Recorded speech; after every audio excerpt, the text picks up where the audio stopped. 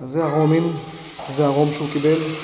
כל הרומים מגיעים עם פינישים בצדדים, ככה שלא יהיה שום מצב של מראה של חיתוך או משהו כזה.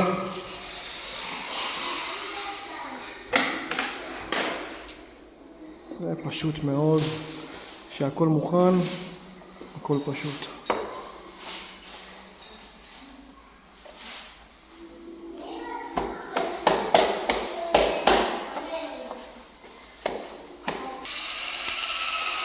נראה לכם עוד אחד שתראו בדיוק איך עושים את זה. שלב ראשוני, פז מאוד מאוד עבה בהתחלה, שיתפוס את הדריכה הראשונית. פיזור הדבק באלכסונים, איך שאתם רוצים. יש לו פה קיטים מוכנים, נדביק אחד אחד.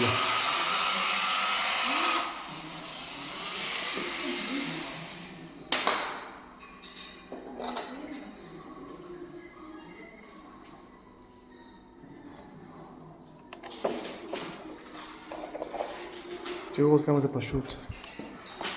תראו את כל הסגירה היפה הזאת. הסגירה גם של הרום. כמובן שנצטרך שתקנו פה קצת תיח צבע, אבל היישום של הקיט עובר בהצלחה.